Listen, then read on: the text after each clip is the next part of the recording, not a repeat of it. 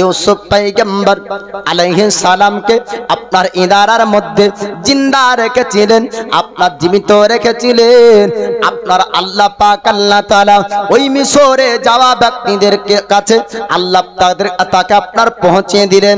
কেননা মিশরে আপনার কোন রকম যাবে, আমার আল্লাহ পাক মিশরের বাদশা বানাবেন, মিশরের আপনার আজিজ মিশর বানাবেন। আল্লাহ পাক ইউসুফ পয়গম্বরকে মিশর পৌঁছাবেন। ওই কাফেলার সর্দার বলল, ও সঙ্গের সাথীরা, ও কাফেলার মানুষেরা, এই সুন্দর চেহারার অধিকারী মানুষকে আমরা মিশর নিয়ে যাব, আর মিশরে একে বিক্রি করব। 10 জন ভাই তারা ডান দিক লক্ষ্য করলো, কিন্তু তাকে আপনার পাওয়া গেল না। বাম দিক লক্ষ্য করলো, কোন দিকে আপনার পাওয়া গেল না। যেতে যেতে ওই কাফেলার মানুষদের কাছে আপনার পৌঁছালো। 10 জন ভাই তারা আপনার ডাক দিয়ে বলল, দাঁড়িয়ে যাও, দাঁড়িয়ে যাও, ও কাফেলার মানুষেরা, তোমরা কি একটা বালক দেখেছো? সুন্দর চেহারার অধিকারী একজন বালককে তোমরা দেখেছো? কাফেলার সর্দাররা সত্য কথা বলল, সুন্দর চেহারার অধিকারী একজন বালককে আমরা ইনারার মধ্যে থেকে পেয়েছি। এবার 10 জন ভাই তারা বলল, ভাইরা আপনার পরিচয় তারা দেয় না। আল্লাহর পবিত্র কোরআনে সূরা ইউসুফের মধ্যে আপনার আল্লাহ পাক জানিয়ে দেন, কিন্তু পয়সার মধ্যে আপনার অল্প পরিমাণ পয়সাতে আল্লাহর পয়গম্বর ইউসুফকে তারা আপনার বিক্রি করেছিল। 10 জন ভাই তারা কাফেলার মানুষদেরকে বলল, এটা হলো আমাদের বাড়ির গোলাম, এই গোলামটা মাঝে মাঝে পালিয়ে যায়, এই গোলামকে আমরা বিক্রি করতে চাই। যদি তোমরা কিনতে চাও তবে আমরা বিক্রি করব। আল্লাহর পবিত্র কোরআনের মধ্যে আল্লাহ পাক জানিয়েছেন, কিছু পয়সার বিনিময়ে ইউসুফ পয়গম্বরকে বিক্রি করেছিল তার ভাইয়েরা, বিক্রি করা হলো। এবার ইউসুফ পয়গম্বরের কথা তারা শুনলো, এটা পালিয়ে যাওয়া গোলাম, তার জন্য হাবশি এক গোলামকে বলল। কাফেলার সর্দার বলল, ও হাবশি গোলাম, শোন শোন, আমি তোর উপর দায়িত্ব দিলাম, ইউসুফকে মিশর পর্যন্ত নিয়ে যেতে হবে। মিশরে যাওয়ার পর আমি তোর কাছ থেকে এই সুন্দর চেহারার অধিকারী এই গোলামকে আমি নিব তোর হাত থেকে। অতএব যেন তোর হাত থেকে পালিয়ে না যায়। লোহার আপনার জিঞ্জিরে দিয়ে বাঁধলো, আর বাঁধার পর একটা ঘোড়ার পিঠে চাপালো। আল্লাহর পয়গম্বর ইউসুফ বলেছিলেন, হাবশি গোলাম রে,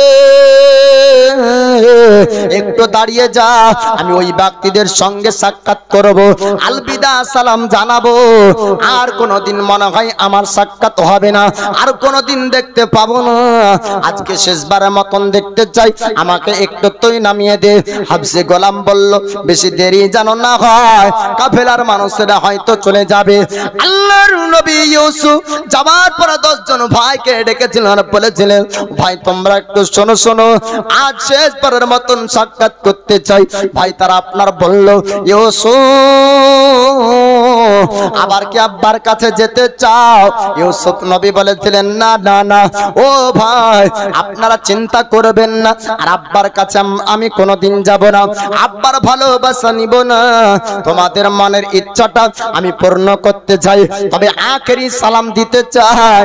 আর কোনোদিন সাক্ষাৎ হবে না, আর কোনোদিন দেখা হবে না, আর কোনোদিন আর হয়তো সাক্ষাৎ হবে না। এর জন্য শেষবারের মতন 10 জন ভাইয়ের আমি চেহারাকে দেখতে চাই, এর জন্য তোমাদের কাছে এসেছি। সাক্ষাৎ হয়ে গেল।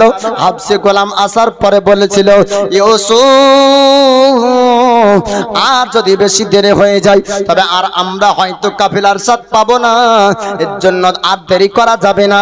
চলো চলো, আমরা তোমাকে নিয়ে এখন মিশরের জমিন যাব। এবার হাবশি গোলাম ধরলো, এবার ঘোড়ার পিঠের উপর চাপালো, আর চলতে শুরু করলো কাফেলার সঙ্গে। যেতে যেতে একটা কবর দেখতে পাই। আল্লাহর পয়গম্বর ইউসুফ আলাইহিস সালাম ঘোড়া থেকে নেমে কবর জড়িয়ে ধরেছিল। পয়গম্বর ইউসুফ আলাইহিস সালাম মার কবরটা জিয়ারত করলেন। মার কবরের সামনে কবরকে জড়িয়ে ধরে 2 চোখ দিয়ে আপনার পানি ঝরতে লাগলো। হাবশি গোলাম আপনার খুঁজতে লাগলো, ডান দিক বাম দিক লক্ষ্য করে, কোন জায়গা আপনার দেখতে পাই না। অবশেষে আপনার দেখা যায় একটা কবরকে জড়িয়ে ধরেছে। আল্লাহর পয়গম্বর ইউসুফ নবী ওই সময়তে মার কবর জড়িয়ে ধরে বলেছিলেন, মা জননী আপনি একটু দেখুন দেখুন, আমার ভাই আমাকে গোলাম বানিয়েছে, আমার ভাইয়েরা আমাকে অল্প পয়সার বিনিময়ে তাদের কাছে আমাকে বিক্রি করেছে। আজ মিশরের জমিনে আমাকে নিয়ে যাওয়া হবে, মিশরে আমাকে বিক্রি করা হবে, আমার মিশরে ডাক উঠবে, জানি না কোন ব্যক্তি আমাকে কিনবে, আমাকে তারা গোলাম বানাবে। ও মা জননী, একটু তুমি দেখে নাও, তুই চোখ দিয়ে আল্লাহর পয়গম্বরের পানি আপনার জন্য ছিল। আল্লাহর নবী ইউসুফ বলেছিলেন, মাবুদ ওগো আল্লাহ, আমাকে এত কষ্ট কেন দেওয়া হয়? আল্লাহ পাক জিবরিল আমিনকে হুকুম করলেন, ওগো আমার মালাইকা জিবরিল আমিন, শোনো শোনো, আমার পয়গম্বর ইউসুফের কাছে যাও, যাও তাকে বলো গা, নিশ্চয় নিশ্চয় আল্লাহ সবরকারীর সঙ্গে আছে। জোরে বলুন সুবহানাল্লাহ। আল্লাহর পয়গম্বর ইউসুফ নবীর কাছে আল্লাহর মালাইকা আসলেন, আসার পরে বললেন, ওগো আল্লাহর পয়গম্বর, আপনি চিন্তা করবেন না, আপনি টেনশন করবেন না, আপনার সঙ্গে আপনার রব স্রষ্টা প্রতিপালক আছে, আপনাকে আজিজ আপনাকে মিশরে আল্লাহ পাক বাদশাহী দিবে, আপনার পরবর্তী ভালাই হবে, আপনি একটু সবর করুন, আপনি একটু ধৈর্য রাখুন। আল্লাহর নবী ইউসুফের কাছে হাবশী গোলাম আসলো, আসার পর চুলের মুঠিকার আপনার ধরলো, ধরার পরে টান দিয়ে উঠিয়েছিল, আর উঠানোর পর বলল, ইউসুফ এর জন্য তোমাকে পালিয়ে যাওয়া গোলাম বলল। ইউসুফ নবী বলেছিলেন, না না হাবশী গোলাম রে, আমায় ভুল বুঝবি না, আমি কারো বাড়ি থেকে কোনোদিন পালাইনি, আমি পালিয়ে যাওয়া গোলাম না, মিথ্যা কথা বলি না, আমি যেই কবরটা জড়িয়ে ধরেছিলাম ওটা আমার মা জননীর কবর, আমি মার কবরটা জিয়ারত করতেছিলাম, এর জন্য একটু দেরি হয়ে গেল। হাবশী গোলাম বলল, না না, আর তোর মিথ্যা কথা শোনা যাবে না। গালে একটা আপনার থাপ্পড় মারলো, আমার আল্লাহ পাক আল্লাহ তাআলা পুরো কেনানের জঙ্গলে রোশনীকে উঠিয়ে নেয়, আল্লাহ পাক কেনানের জঙ্গলে আপনার অন্ধকার নামিয়ে দিলেন, এতটা আপনার অন্ধকার হয়ে গেল, কোন রাস্তা চিনতে পারে না।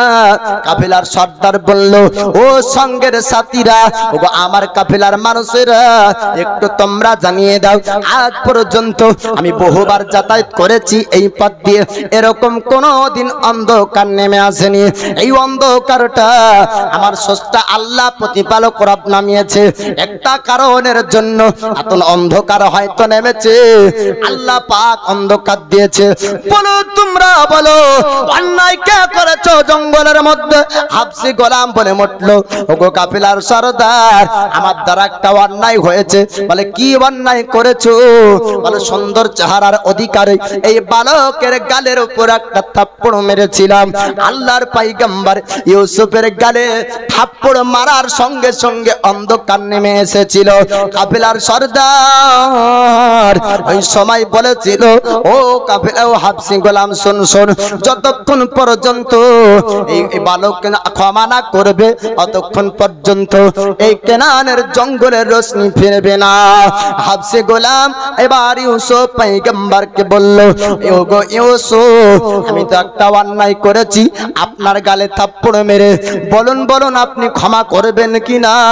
আপনি যদি মাফ না করেন তবে কেনানের জঙ্গলে আর কোনোদিন রোশনি ফিরবে না।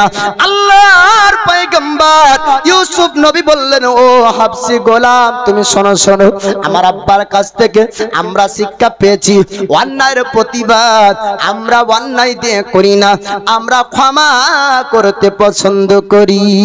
সুবহানাল্লাহ সুবহানাল্লাহ। মানুষ হক কুল্লাহ হক করে ইবাদ, কেউ যদি আল্লাহর হক না আদায় করতে পারে, তোবা যদি করে, হাদিস শরীফের মধ্যে আছে, আল্লাহ তোবা কবুল করলে তার গুনাহ মাফ হয়ে যাবে। নামাজ পড়তে পারেননি, মাফ হয়ে যাবে। রোজা রাখতে পারেননি, তোবা করলে আল্লাহ তোবা কবুল করলে মাফ হয়ে যাবে। কিন্তু হকুল ইবাদ, যদি বান্দার প্রতি বান্দার হক, মানুষ মানুষের কাছে অন্যায় করবে, যতক্ষণ পর্যন্ত ও মানুষ তাকে ক্ষমা না করবে অতক্ষণ পর্যন্ত ক্ষমা হবে না। অন্যায় ভাবে ভাই ভাইয়ের জমি যদি রেজিস্ট্রি করে নাই, কিয়ামতে হাসরের ময়দানে তাকে জবাবদিহি করতে হবে, কোনোদিন সে ক্ষমা পাবে না। যদি দুনিয়ার বুকে কারো মনে আঘাত দিয়ে থাকে, দুনিয়াতে বেঁচে থাকতে থাকতে তার কাছ থেকে মাপ চেয়ে নিতে হবে। আল্লাহর নবী ইউসুফ আলাইহিস সালাম তিনি বললেন, ওগো হাবসি গোলাম, আমরা অন্যায়ের প্রতিবাদ অন্যায় দিয়ে করি না, আমরা ক্ষমা করতে বেশি পছন্দ করি। একবার দরুদে পাক পড়েন, আল্লাহুম্মা সাল্লি আলা সাইয়্যিদিনা মাওলানা মুহাম্মাদ ওয়া আলা আলি সাইয়্যিদিনা মাওলানা মুহাম্মাদ সাল্লি আলা মুহাম্মাদিন সাল্লাল্লাহু মুহাম্মাদ। আরবেরি নাই মিশরে, ইরাকিরান নাই ভারতে, আরবেরি নাই মিশরে, ইরাকিরান নাই ভারতে,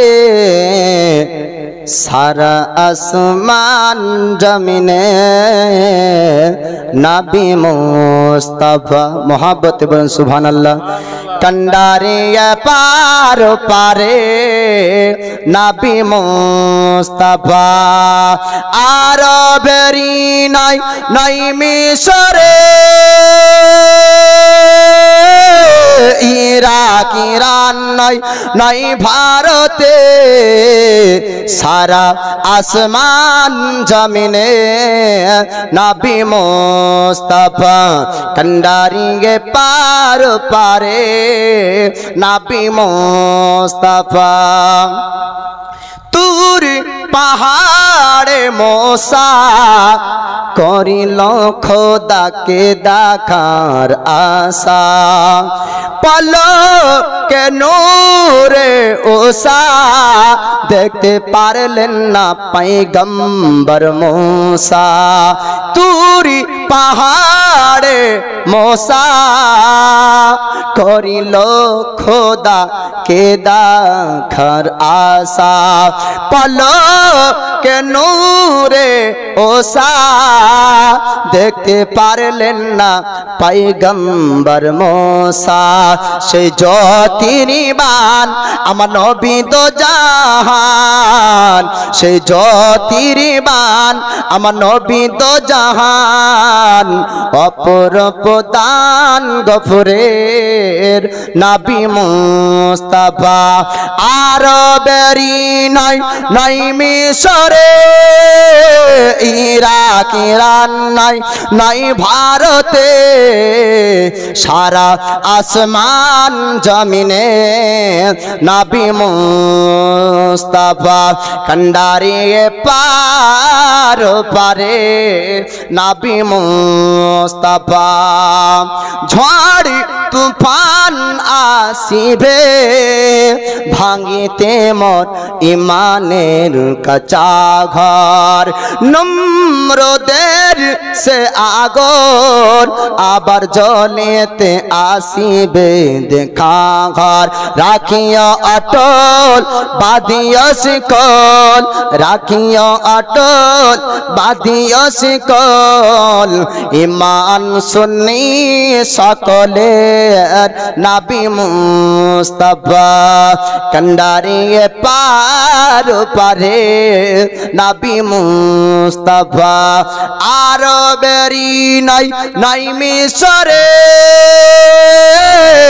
ইরাক ইরান নাই ভারতে সারা আসমান জমিনে নবী মুস্তফা कंडारिए पार पारे नबी मुस्तफा कुल आलामेर तारे तुमी आनिले आमोनी पैगम कुचुलो जे बानीते सारा मखलूकातेरी रंजोगम एक ही कालिमा सारा दुनिया एक कालिमा सारा दुनियाय एक दिले पात सरगेर नबी मुस्तफा कंडारेंगे पार पारे नबी मुस्तफा आरबेरी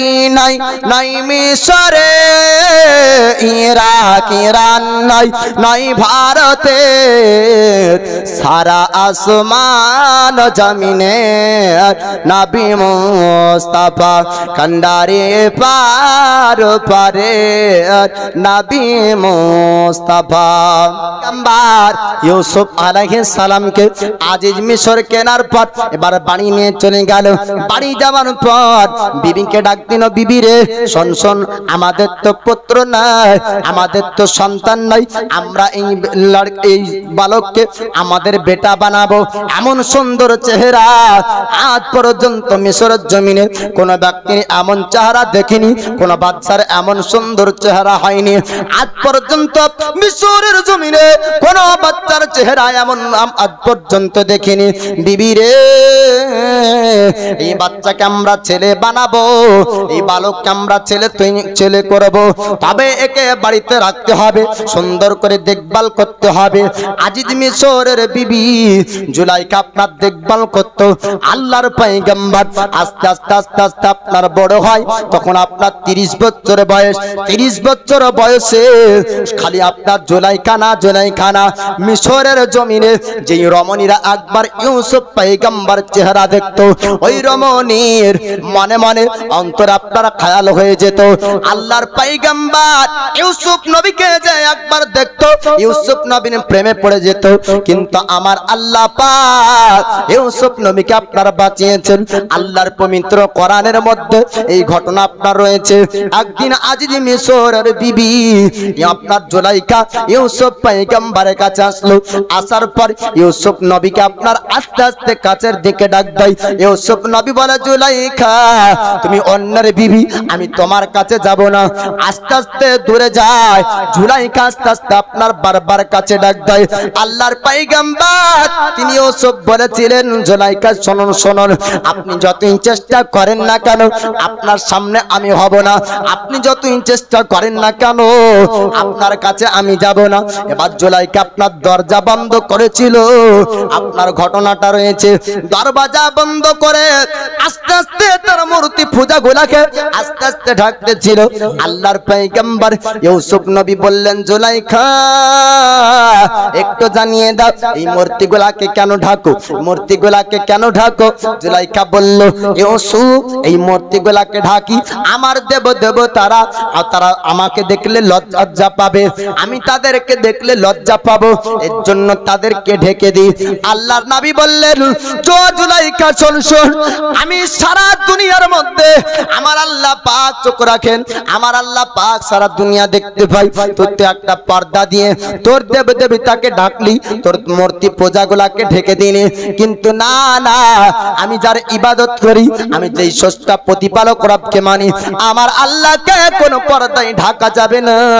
আমার আল্লাহ সূর্য সৃষ্টি করেছেন, আমার আল্লাহ নক্ষত্র সৃষ্টি করেছেন, আমার আল্লাহ আমার সমস্ত জাহানকে সৃষ্টি করেছেন।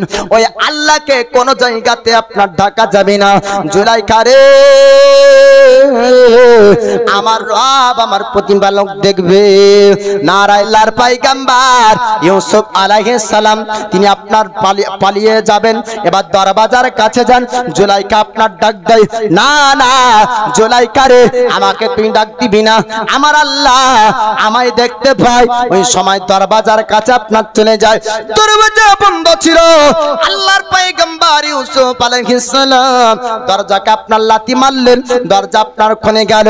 তিনি আপনার পালাতে শুরু করলেন, আর জুলাইখা আপনার পিছন থেকে জামা ধরে টান দেয়। আল্লাহর পয়গম্বর ইউসুফের পালানো দেখে আপনার রাজপ্রাসাদের মানুষ তারা দেখতে পেল। রাজপ্রাসাদের মহিলারা, রাজপ্রাসাদের আপনার গোলামেরা, রাজপ্রাসাদের বান্দিরা আপনার আজিজ মিশরকে বলল, আজিজ মিশর, ও মিশরের বাদশা, আপনার বিবি জুলাইখার সঙ্গে ইউসুফের হয়তো প্রেম ভালোবাসা হয়েছে, কেন না তারা এক অপরের সঙ্গে ছোটাছুটি করছিল। আজিজ মিশর আপনার মিটিং ডাকলো, মিটিং এ আপনার ফয়সালা হবে কে আপনার দোষী কে নির্দোষ। আমার আল্লাহ পাক আল্লাহ তাআলা ইউসুফ পয়গম্বরকে আপনার বাঁচিয়েছিলেন। আল্লাহর পয়গম্বর ইউসুফ আলাইহিস সালামের পক্ষ থেকে কোন ব্যক্তি সাক্ষী দেয় না, আপনার কোন ব্যক্তি সাক্ষী দেয় না। আজিজ মিশর বলল দোষী যে হবে শাস্তি তাকে আপনার নিতে হবে। যদি আমার বিবি দোষী হয় আমার বিবিকে আমি শাস্তি দিব, ইউসুফ যদি দোষী হয় তবে ইউসুফকে আপনার শাস্তি দেওয়া হবে। ওই সময়তে আমার আল্লাহ পাক আল্লাহ তাআলা আপনার 3 মাসের বাচ্চার জবান খুলে দিয়েছিল। 3 মাসের বাচ্চা কথা বলতে পারে। 3 মাসের বাচ্চা বলল আজিজ মিশর, ও মিশরের বাদশা আমি একটা কথা বলতে চাই, কে দোষী আপনি প্রমাণ করবেন।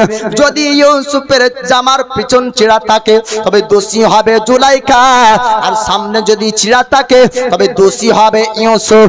আপনি একটু পরীক্ষা করুন। তখন আপনার পরীক্ষা করা হলো।